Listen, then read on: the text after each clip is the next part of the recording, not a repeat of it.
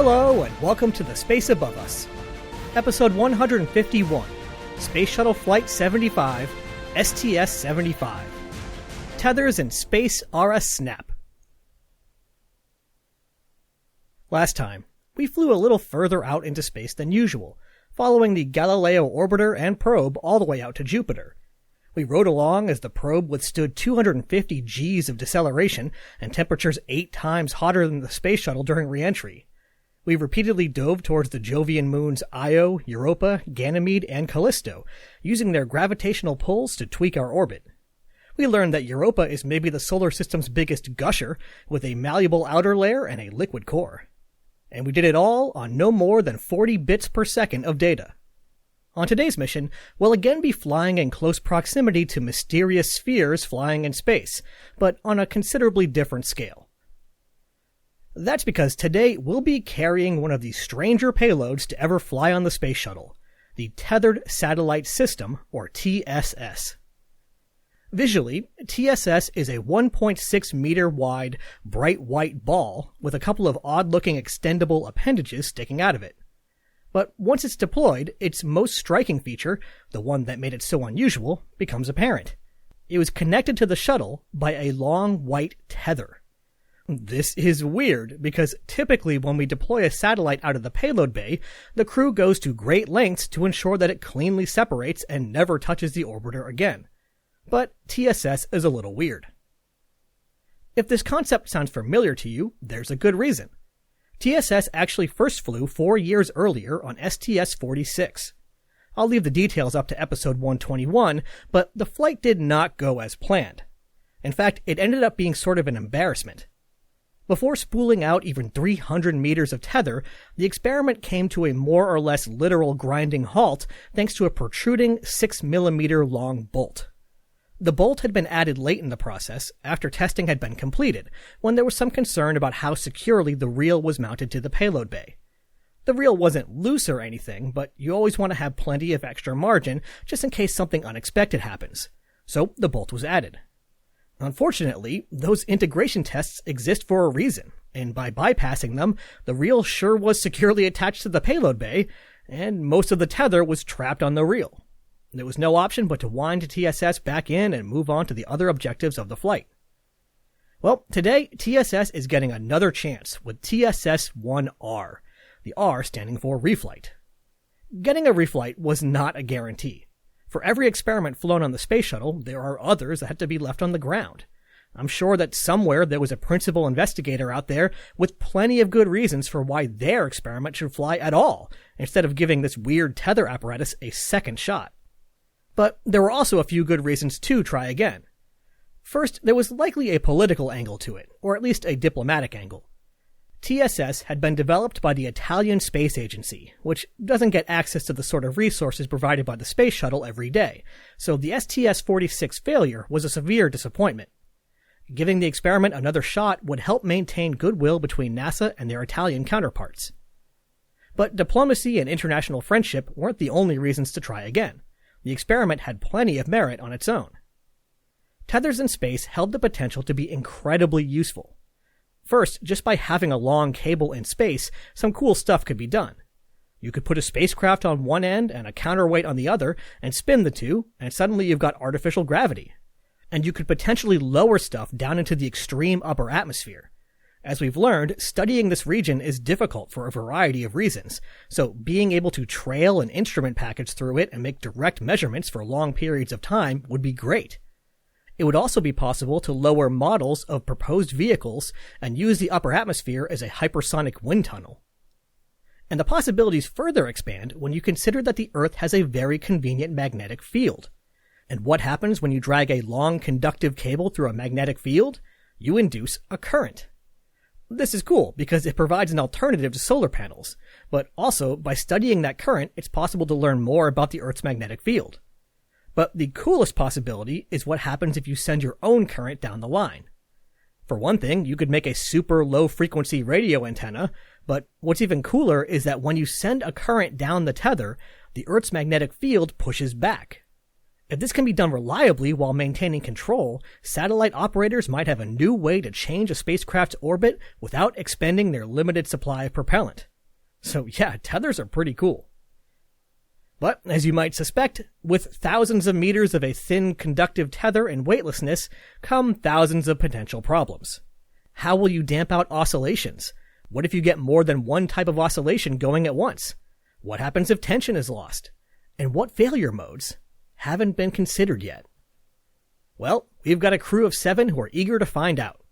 And actually, just like how this flight will be reflying the primary payload of STS-46, it'll also be reflying most of the crew of STS-46, along with 3 European astronauts.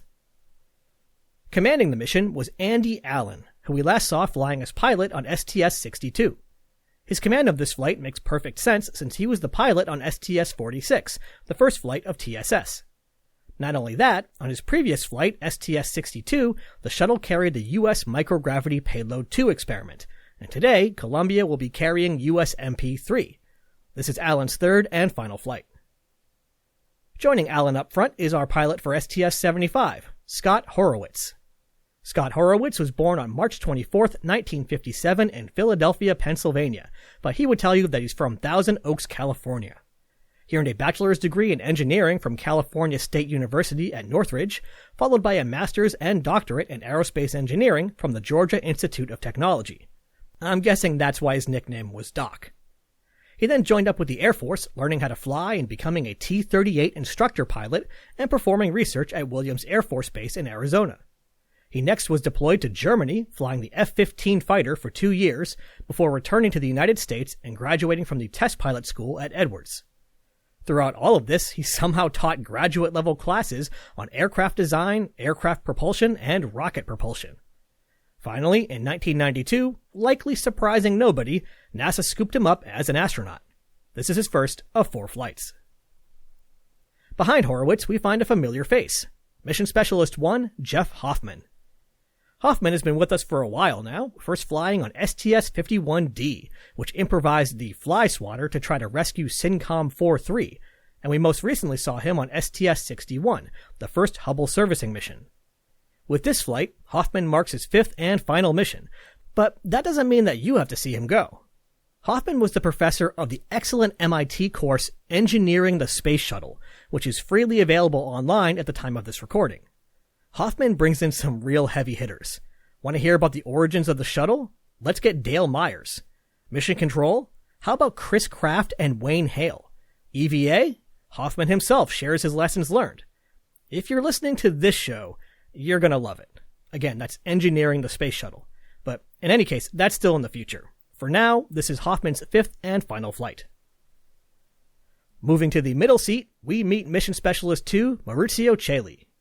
Maurizio Celli was born on May 4, 1959 in Modena, Italy. He graduated from the Italian Air Force Academy, and then in what must have been one heck of a culture shock, headed over to the Vance Air Force Base in Oklahoma to learn how to fly. He then returned to Italy, flying the F-104G fighter. He continued his education by graduating from the Italian Air Force College and then the Empire Test Pilot School in the UK. He served in a variety of roles at the Italian Air Force Test Center near Rome, flying dozens of types of aircraft and racking up thousands of hours of flight time. In 1992, the European Space Agency selected him as part of the second group of ESA astronauts, and he joins the crew as a full mission specialist. This is his first and only flight. Moving down to the middeck, we run into another old friend, Claude Nicollier. When we last saw Claude, he was helping his spacewalking crewmates from inside the crew cabin of STS-61, the first Hubble servicing flight. One of those spacewalking crewmates was none other than Jeff Hoffman, who he's once again flying with today. In fact, Nicollier's first flight was STS-46, the original TSS flight, which also had him flying with Hoffman. I'm going to go out on a limb here and assert this without fully digging into the archives, but I'm pretty sure that Hoffman and Nicollier are the only astronauts to fly together 3 times. Prove me wrong, Internet. In any case, this was Nicollier's third of 4 flights. Mission Specialist 4 and Payload Commander for TSS-1R was another one of our frequent flyers, Franklin Chang Diaz. When we last saw him, he was flying alongside cosmonaut Sergei Krikalev on STS-60 and watching the Wake Shield facility hang out on the end of the robot arm. Chang Diaz is joining us for the 5th time, and he's still got 2 more flights to go. And last but not least, Payload Specialist 1, Umberto Guidoni. Umberto Guidoni was born on August 18, 1954 in Rome, Italy. He earned a bachelor's degree and doctorate in astrophysics from the University of Rome, doing postdoc work in plasma physics at the Thermonuclear Research Center of CNEN, Brazil's nuclear energy agency. He returned to Italy as a staff scientist at the Italian National Energy Committee, working on solar panel research. Next, he moved over to the Space Physics Institute, working as a co-investigator on one of the original TSS experiments, developing laboratory simulations of electrodynamic tether phenomena and integration of his experiment with the TSS satellite. In 1989, he was selected as one of 2 Italian astronauts who might fly as a payload specialist alongside TSS. He served as backup for STS-76, assisting with on-orbit operations from Houston. When TSS was chosen to fly again, Guidoni was selected to fly with it, making this his first of 2 flights. So just to recap that, commanding this flight was the pilot from STS-46, and we've got 3 mission specialists from STS-46, and the backup payload specialist from STS-46. There's a lot to be said for having some team continuity. In order to allow for around-the-clock operations, we will once again be splitting up into multiple shifts, but we're actually going to take it one step further than usual. In addition to a red team and a blue team, we'll also have a white team that will be focusing on electric power generation experiments on TSS. The red team was pilot Horowitz, mission specialist Chaley, and payload specialist Guidoni. The blue team was mission specialist Nicolier and Chang Diaz, and the white team was Commander Allen and mission specialist Hoffman. Once TSS operations were done, the white team would join the blue team. On February 22, 1996, the countdown proceeded smoothly with no unplanned holds, and at 3:18 p.m. Eastern Standard Time, Space Shuttle Columbia lifted off of the pad for the 19th time. The slow buildup of tension of the countdown soon led to spikes of adrenaline when the pilot crews scanned their instruments and noticed that the left main engine was reporting only 40% of the expected combustion chamber pressure. This surely led to even more adrenaline when instead of an RSLS pad abort, the twang completed, Columbia rocked back to vertical, and the solid rocket boosters ignited. With one engine at 40%, the crew wasn't going to experience an RSLS abort on the pad. They were going to become the first crew to execute a hair-raising RTLS return to launch site abort. Or were they? After a quick consultation with the ground, it turned out to just be a local instrumentation error. Ground telemetry confirmed that the engine was performing at the expected 104% of rated thrust, and all was well. Though presumably also performing at 104% of rated thrust were the pilot crew's hearts. Thankfully, they had the rest of the ascent to recover, since the remaining ride uphill was nice and routine. As the crew opens the payload bay doors and settles in for their lengthy stay on orbit, how about a fun fact? Installed on one of the IBM laptops used to help control the TSS experiment was a free operating system, usually just used for hobbies, nothing big and professional like GNU. That's right, less than 5 years after it was created, Linux was flying in space. To some of you, that might not mean much, but I guarantee that a lot of computer nerds thought that earlier sentence sounded awfully familiar. That's because I adapted it from the opening line of a famous email written by Linux's creator, Linus Torvalds, announcing the start of the project.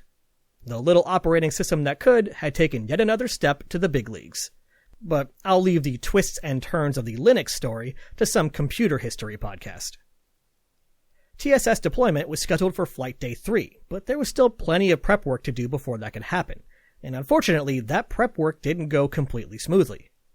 First, the encoder, which told the crew how much tether had been spooled out, was somehow already set to 23 meters instead of 0, but that was easy enough to fix.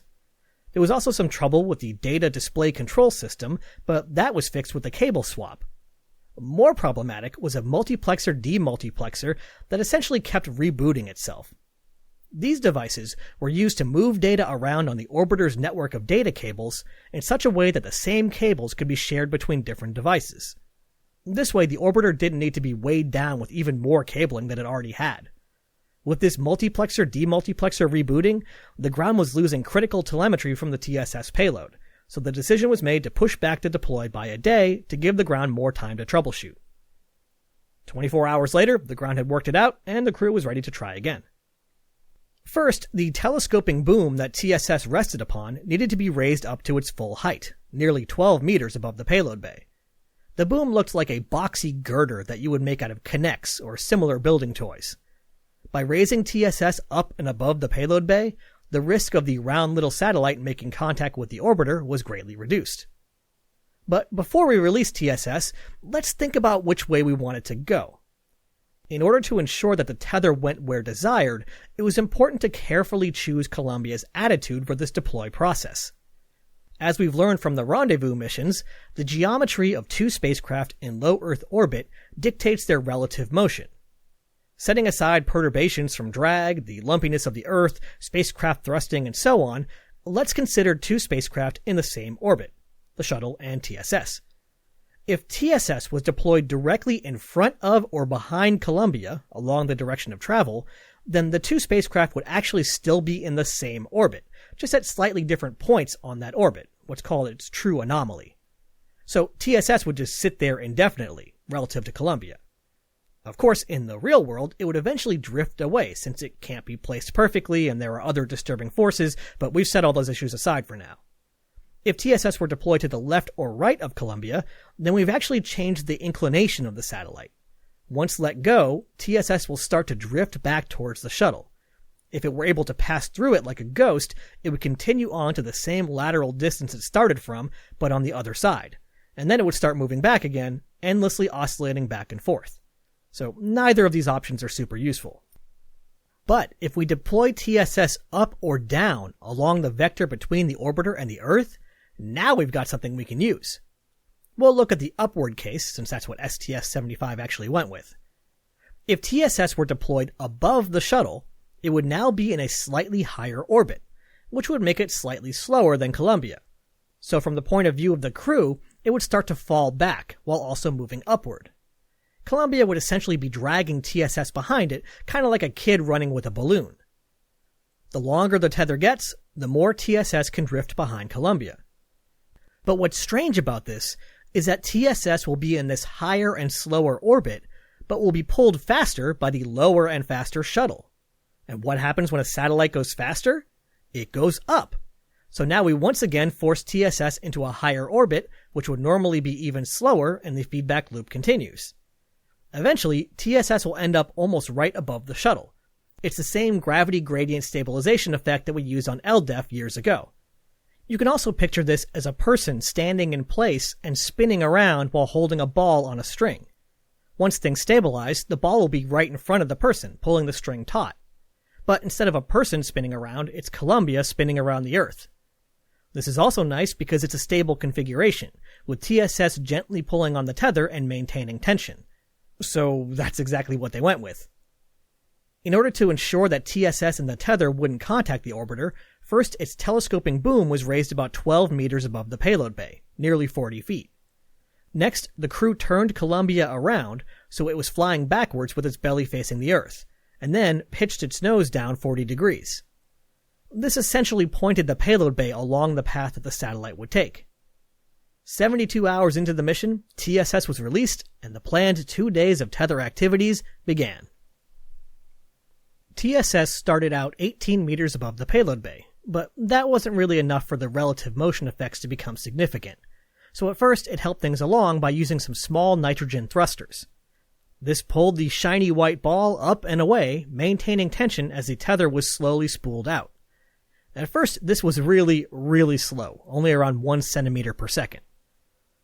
This seemed obvious to me once I thought about it, but for some reason I thought it was pretty funny that the tether the crew watched extend above their heads was literally the same tether that 4 of them had watched 4 years earlier.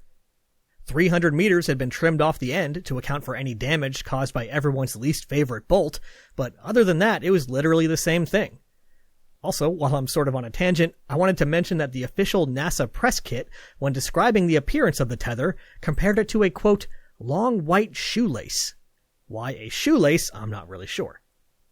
Anyway, TSS rose up, and away, and the 2.5 millimeter wide tether extended off into the ether. Over the course of 5 hours, the satellite moved further and further away, with the speed of the tether ramping up to a maximum of 2.2 meters per second, around 5 miles an hour.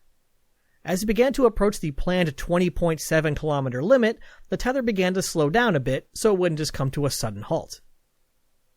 Around this time, a lot of exciting things were happening. All of the instruments on TSS were working great. The tether was taut and exhibited nice benign dynamics, and it was generating a current. The tether was white thanks to its protective coating, but at its heart was a copper core, making it conductive. Dragging the conductive tether through the magnetosphere would induce a current, but of course for it to be a current, the loop needs to be closed. To do this, electron guns were mounted in Columbia's payload bay, which fired them off into space. The electrons would skip the insulated outer sheath of the tether and find TSS, which was coated in a special electron-friendly paint. Then they would rush down the conductive core of the tether back to Columbia and complete the circuit. Scientists on the ground were already seeing something like 3 times more voltage than had been expected, up to 3,500 volts. The returned current hit as high as 480 milliamps. So combine that with P equals IV, and we find that TSS was generating almost 1.7 kilowatts of power. That's some serious power. You could easily run a satellite or even a small house on that. Around this time, Jeff Hoffman noticed an interesting phenomenon. Rather than being perfectly straight, the tether seemed to have developed a long arcing bow. This wasn't really troubling, but it was sort of interesting since he hadn't expected it. And what do we do when we see something weird in space? We document it. So Hoffman got out a video camera and began filming the distant TSS and tether, both of which were shining brilliantly white thanks to them reflecting sunlight. Suddenly, he noticed a distinctive rippling pattern appearing in the tether, and with a sinking feeling of déjà vu, he knew that the 19.7 kilometers of deployed tether had gone slack. The last time this had happened, it was because of the mechanical interference in the deployment reel, which brought the experiment to an early end. Hoffman looked to the boom and instantly understood 2 things. One was very bad, and one was very good. He grabbed the radio and called down these 2 facts in that same order. Quote, "Houston, the tether has broken at the boom. The tether has broken. It is going away from us." The bad news here was obvious. The tether was broken, and that was the end of the TSS experiment as it had been planned. But the fact that the breakage had happened on the shuttle end was actually very good news. If it had broken on the TSS end, then nearly 20,000 meters of tether would be flying back towards the orbiter. They would have had to quickly cut the bottom of the tether and then scoot out of the way. Instead, with the tether severed at the boom, TSS was no longer constrained, and orbital mechanics were free to kick in again.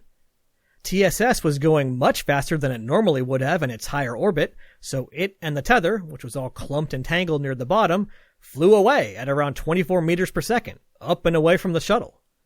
With no immediate danger, the crew focused on documenting the state of the tether in the last few minutes before orbital sunset when they lost sight of it. As luck would have it, at the moment that the tether snapped, the 4 crew members who were awake were the 4 who had flown together on STS-46. I can only imagine the looks they exchanged when they realized that once again, the Tethered Satellite System had not gone according to plan. We'll talk about why this happened in a minute, but first it's worth noting that the experiment actually wasn't quite over yet. At the moment of the snap, TSS had safed its instruments and was actually completely fine, happily running on battery power. Before long, technicians on the ground were able to send commands directly to TSS and told it to turn its instruments back on. Over the next few days, as the batteries drained, they were able to collect some more data and downlink instrument readings from the wayward spacecraft. Thanks to their new relative orbits, within a few days Columbia passed within 90 kilometers of TSS and its tether, and there was actually some discussion of maybe attempting a rescue rendezvous, but unfortunately there wasn't enough propellant to try. Double unfortunately, as they got closer, the crew focused a new special low-light video camera on TSS, creating some video footage that would become a mainstay of UFO crazies on the internet. I'll explain. When the tether broke, it created a fair amount of debris. It wasn't necessarily dangerous, but there was a bunch of tether fragments, little blobs of the copper core, and stuff like that had been sprayed out at the moment that the tether snapped. On top of that, the shuttle had been performing its usual wastewater dumps. So in the general orbital neighborhood of Columbia and TSS were a bunch of little reflective pieces of debris and ice crystals. Combine that with some optimal lighting and a low-light camera, and you've got a recipe for a UFO conspiracy theory. Why? Because in the footage, you can see the tether once again pulled straight by the gravity gradient, brightly reflecting in the distance. And in the foreground, you can see a whole bunch of little out-of-focus bits of debris floating around in a bunch of different directions, reflecting brightly in the amplified sunlight. Each out-of-focus bit of debris looks like a fuzzy ball with a notch cut into it due to an artifact of the camera. Well, that's what you would see as somebody who knows something about spaceflight history. What the UFO people apparently see is a swarm of super advanced spacecraft behind TSS, investigating it and trying to get it to stop eating their electric food source. I'm not joking. The UFO people apparently aren't bothered by the fact that if the points of light were behind the nearly 20-kilometer long tether, then each one must be at least several hundred meters across and clearly visible from the shuttle and the ground. But I guess that's the least of their problems. Alright, so what happened? Why did the tether snap? The short version is that electrical arcing burned through enough of the tether that the 6.8 or so kilograms of tension was enough to snap what was left. For the much, much longer version, you can shoot me an email at jp@thespaceabove.us and I'll send you the 365-page failure investigation report. But for something in the middle, it turns out that making a 22-kilometer long tether that can survive the rigors of spaceflight is not the easiest thing in the world. At some point in the lengthy manufacturing process, little bits of foreign material were introduced to the tether, stuff like metal shavings and other little things. That's not great, but it wouldn't be enough on its own to cause a problem. But when the tether was wound onto its reel, it was under a great deal of tension, which had the effect of compressing the tether, and any foreign bodies, against itself. And it sat like that for years before STS-46, and then again before STS-75. As it unspooled in space, a portion of the tether with a damaged sheath was revealed, and thanks to the 3,500 volts of potential built up by the tether, an electric arc formed between the damaged area and the orbiter structure. The arc lasted intermittently for 9 seconds as the tether moved through the lower mechanism up into the boom, burning away at the tether until finally it snapped. This was actually exactly what the crew guessed almost immediately. By using some powerful telephoto lenses, Hoffman was able to get a close-up look at the broken end of the tether that was still in the boom. The tether end was frayed and charred. All they could do was wind the remaining tether back on the reel, retract the boom, and turn to the other work to be done on the flight. In one bit of irony, if scientists had known that the voltage would be as high as it was, Hoffman speculated that they likely would only have extended the tether out to around 10 kilometers, and the damaged portion would have never been exposed. Oh well. The official NASA material twice called TSS a, quote, scientific adventure, and they were more right than they could have known. Luckily, there was plenty else on board to keep the crew occupied. The most engaging one, and the one I suspect they had the most fun with, was a new experiment glove box that had been installed on the middeck. This again is one of these things you've likely seen, where an experiment is contained inside a transparent box that has gloves built into the side of it, so the crew can operate the experiment while keeping whatever it is safely confined inside the box. It also provided an opportunity to test the new glove box design for use on the ISS. Inside the box was something that we definitely want to keep contained. Fire. Yes, we're once again setting stuff on fire in orbit. It was extremely important to understand the behavior of fire and smoldering materials in microgravity for pretty obvious reasons. If we don't understand fire, we can't detect fire and suppress it before it becomes a lethal hazard. On Earth, we detect fire by putting smoke and heat detectors up near the ceiling. This works because the fire heats up the air, which makes it less dense, and thanks to gravity, the more dense air around it scoots down, pushing the hot air up, conveniently allowing us to detect smoke and heat and fire. In space, of course, there is no up. In fact, fire can sometimes operate backwards from how you might expect. On this particular experiment, a slight breeze was introduced into the scenario to see how the fire would behave. It actually would burn towards the breeze, since that was the source of fresh oxygen. And when material smoldered, since it had no upward direction to go, it just sort of meandered around in these weird, oddly unsettling patterns. It looked sort of like a fire spider. In an oral history, Hoffman recalled, quote, "We had a lot of fun burning things. We eventually burned all the fuel they had given us, and we offered to start tearing up flight books and things, but they said, no, you've done enough. We had a great time. Bunch of little kids building fires in space. That was fun." The other major experiment on board actually required as little crew interaction as possible. The U.S. Microgravity Payload 3 experiment was, as you may have guessed, the third flight of the USMP suite of material science experiments that we've seen previously fly on STS-52 and STS-62. As you recall, these were a handful of experiments that were operated remotely from the ground and were seeking to use the weightless environment to study effects that were not possible on the ground. Stuff like nailing down the critical point of xenon, crystals, dendritic growth of metals, and so on. I'll refer you to the STS-52 and STS-62 episodes for more details. What's different about this flight is that with 2 shifts, the crew would be operating around the clock. Apparently, when they found out, the scientists operating the experiments were horrified. With the previous flights, eventually the crew went to sleep and stopped moving around, and they could count on around 8 hours of smooth flying in which to do science. But now, at all times, somebody would be awake and potentially bouncing around the crew cabin. Not to worry though, as usual, astronauts are a pretty adaptable bunch. First, the USMP experiments were only performed when one shift was asleep, so they'd only have half the crew to deal with. Second, the crew understood the needs of USMP and were happy to accommodate. Part of the experiment involved flying some very sensitive accelerometers, so scientists could know what sorts of disturbances their experiments had been subjected to. The crew simply put a real-time display of that data from the accelerometers onto a laptop computer in the cabin and kept an eye on it. Pretty soon, through trial and error, they figured out what made big disturbances and what didn't, and how to live alongside the sensitive experiments. It turns out this is actually pretty incredible for the crew. We once again turn to Jeff Hoffman's oral history for a quote.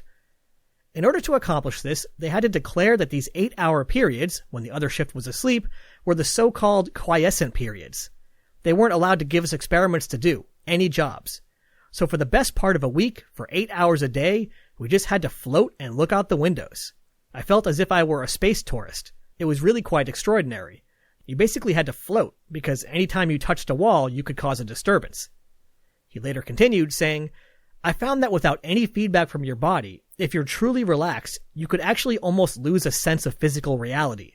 I would just be floating there as a disembodied consciousness, which was really a very unique and pleasant experience." Sounds both incredible and a little freaky. The crew got even more time to experience the joys of weightlessness because the UMP experiments were going so well that an extra day was added to the flight. After the drama of TSS-1R, life on board the lengthy mission continued with a steady rhythm. Footage shot on board showed the usual antics such as the crew making balls of water to slurp out of the air. Claude Nicollier decided that the water wasn't complete without a goldfish swimming around in it, so he added a few. Thankfully for anybody concerned about the well-being of the fish, it was those little cheese crackers. Don't worry, it confused Danny Concannon too. Hoffman took the usual water drop fun and added a little spin to it, rotating a blob of water until it spread out into 2 blobs connected by a thin bridge, which eventually broke, sending the 2 blobs of water flying. At one point during the flight, Columbia passed near the Himalayan mountains, and the crew shot some really incredible footage.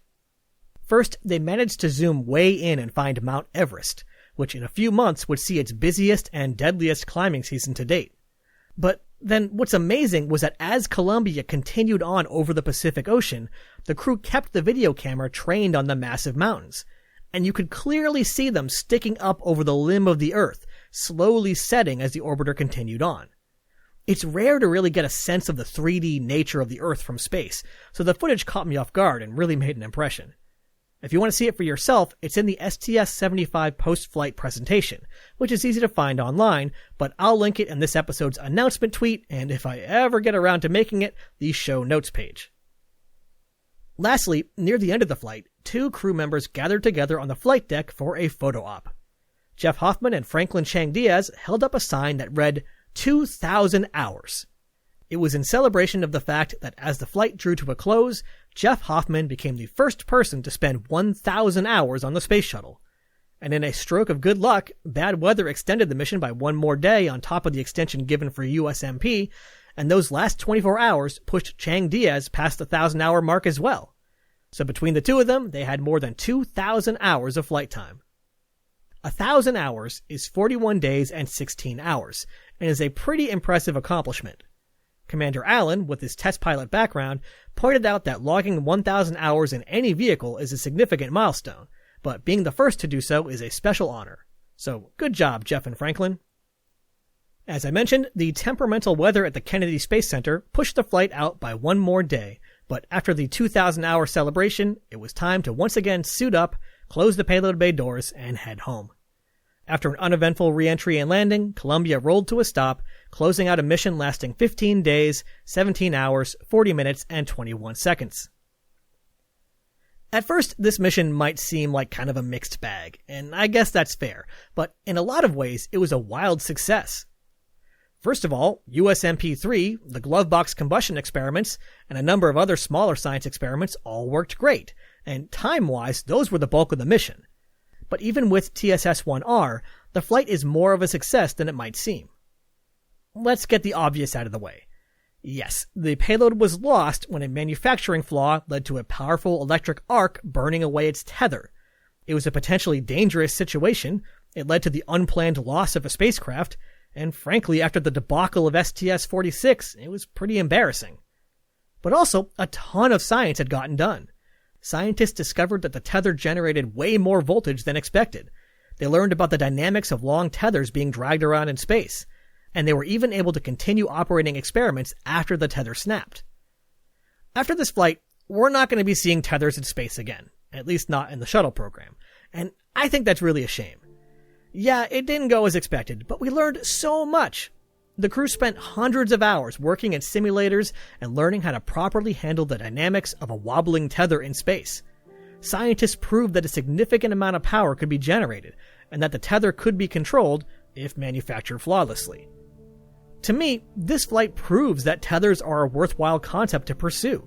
So hopefully, in the not-too-distant future, we'll once again see the incredible and perplexing sight of a brilliant white tether fading off into the black. We just won't tell the UFO people.